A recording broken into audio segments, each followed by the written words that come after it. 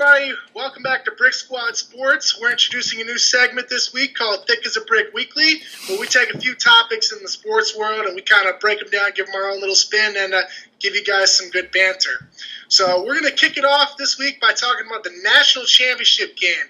UNC took down Gonzaga 71-65 on Monday night in a game that was just, I think, personally ugly. What do you guys think? Well, like you said, it's 2-1 siege, which was good, but at the same time, it was all fouls, and it was snoozeville for me. So, yeah, it was snoozeville for me. It was 44 of them. Wasn't really that many. There was really 44. I lost track after a while. I'm going to be honest. I turned it on with the second half with 12 minutes left, and both teams had 7 fouls at that point. I was like, are you serious right now? That is not happening.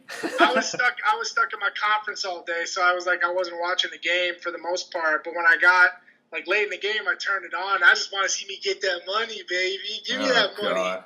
Oh, fuck. I forgot you won that now. He had it as his champion. It's horrible. Oh, man, that's rough life. Only person to take UNC out of a 14-team bracket. I don't get it. It is. I think, this shit was ugly. I mean, Justin Jackson, he was 0 for 9 from the three-point line. Joel Berry was 4 for 13. UNC shot 58%. They tried to lose the game again at the end by missing so many goddamn free throws. Now, I think there's something important to note, you know. One, like Colin said, I think this is the first time in a long time, as long as I can remember, where 2 number 1 seeds were in it, right? I mean, I feel like it's been ages since that happened, or at least it's rare. But I guess that missed call with the jump ball where Meeks had his hand out of bounds and Gonzaga was only down 1, I don't necessarily think it's going to take away from UNC's win, but, you know, it's something that was all over ESPN. It's going to be, like, all over the you know, you go on Wikipedia, right? You're like, oh, 2017 NCAA basketball championship. You know, scroll down to like, oh, controversy, right? It's going to have its own like section on there because I felt like it was such a big call that they missed. I'm not going to say Zags would have won, but you know, it could have easily resulted in them winning. I thought that was something big from that game. To that point, I think Williams Goss, he played his heart out. I mean, you could see it on the court. Freshman, right? Freshman? Yeah. He's a freshman, right? Yeah. So, yeah, I mean, that was pretty impressive out of him. I was really impressed with the heart and soul he put into the team. You could see it when he lost. He was, like, crying on the court, and it was good. It was good entertainment, but I think those fouls just ruined it, for me at least. But yeah, ugly games like that are tough to watch. I think all of us can agree on that.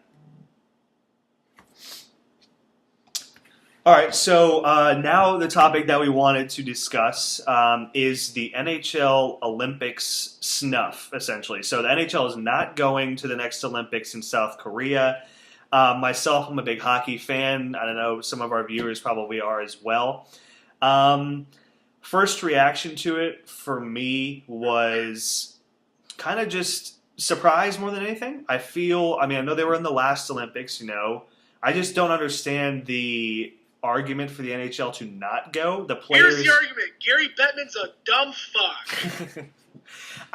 The reason I say that is just because I think, you know, the players care so much about playing for their country. You know, anyone really would. Give a shit about the players, though. Well, That's I know. the thing. I know. That's why I hate Gary Bettman. Well, and I read somewhere today that if anything, this really shows that they're not so much partners, the players and the owners and Bettman. They're just, you know, pawns in their big scheme. I don't know. What do you think, Paul? The owners. I mean, the owners were part of this thing too. They don't like the whole lost revenue for a couple weeks kind of thing too. And it's the typical owners and commissioners being in each other's pocket kind of shit. And the players and fans get fucked over. No, what do you think, Paul? So you guys think it's about the money? Is that what you guys are saying? There's no other argument for it, I think. Not with the owners, there is. Yeah. Honestly, I don't know too much about the NHL, but my initial thought is because of injuries, kind of like similar to the World Baseball Classic, how players didn't want to play in that because they think they would get injured. Didn't John Tavares get hurt in Sochi? Yes. Yeah, he did. Also, important to know, I read an article, you know, obviously a hot topic a couple of days ago. They went around asking, you know, some big-name players in the NHL what they thought, whether they will still go.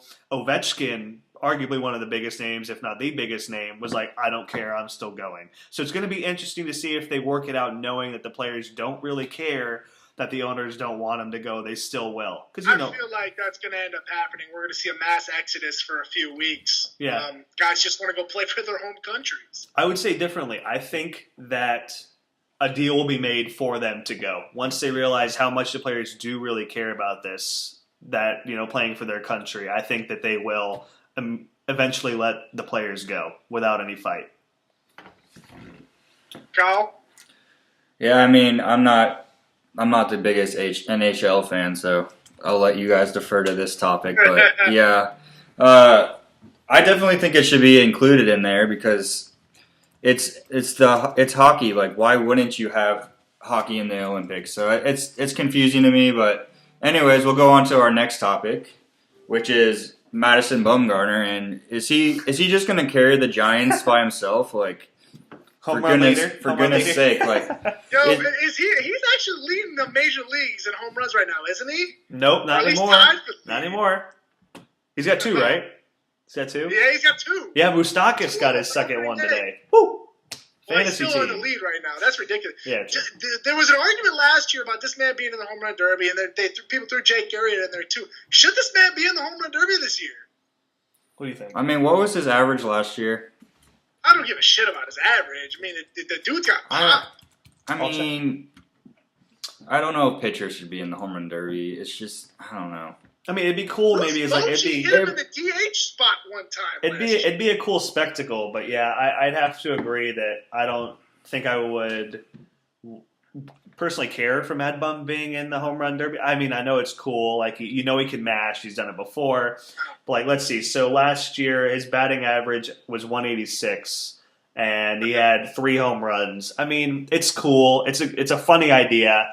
But myself personally, I wouldn't want to see him in there. I think it'd be pretty boring. I think that the home run derby in baseball has gotten such a spectacle now and people enjoy it that you could play a little bit with this to kind of increase the popularity. Like maybe have one pitcher every year with the 7 other hitters. I don't think you're going to lose much because people like seeing these guys go out there and hit. It breaks the stereotype that pitchers aren't athletes and they're only out there to throw and basically do nothing else. Well, what about, in contrast to that, what if they pick 5 pitchers and they had their own private home run derby competition, also televised, also at the All-Star weekend? You got to worry about the timing with that, though. Like, when are you going to be able to do that? Because they already have the celebrity softball game and the futures game and all that stuff. Well, I mean, it's already a waste of time to put 1 pitcher in the derby. If you wanted to do that, you may as well put 5 in there and enjoy the show. I mean, as long as it doesn't turn into the NFL All-Star game where no one gives a shit about it. So, does anyone care about any All-Star game? They did a pretty good job this past year. I mean, I think MLB's All-Star game still has meaning because it does do home field advantage in the World Series. True. So. No, they took that out. Oh, did they now? Oh, well. Yeah,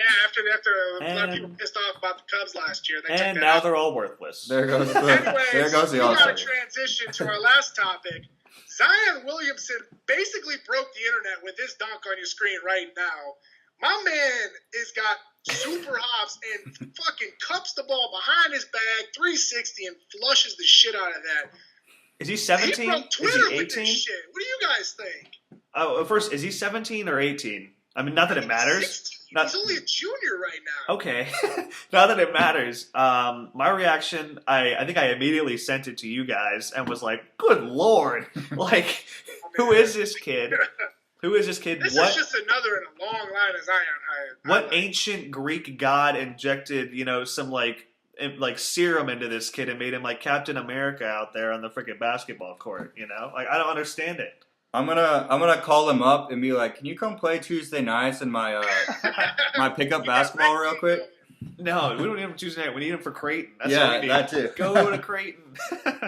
No, but it's ridiculous. He's probably gonna go to Kentucky like every other player. But actually, they said he might go to South Carolina. If I'm not mistaken, he's from there. He's from that area. He'll probably stay in that area is what people are saying that he's gonna do. I think people have said he might go to South Carolina actually. Yeah. So.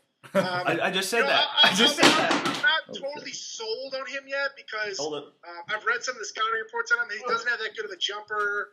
He plays really right underneath the basket. He's a little undersized, but man's got athleticism. So undersized? I mean, as in, like, dude, have you seen him? He's like 240 pounds.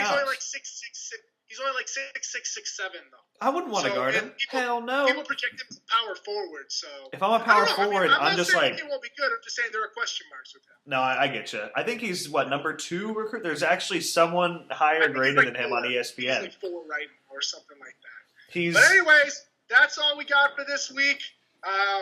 Make sure you check out some of our other videos on Facebook and YouTube, and we'll catch y'all next week. Peace out. Peace. See you guys.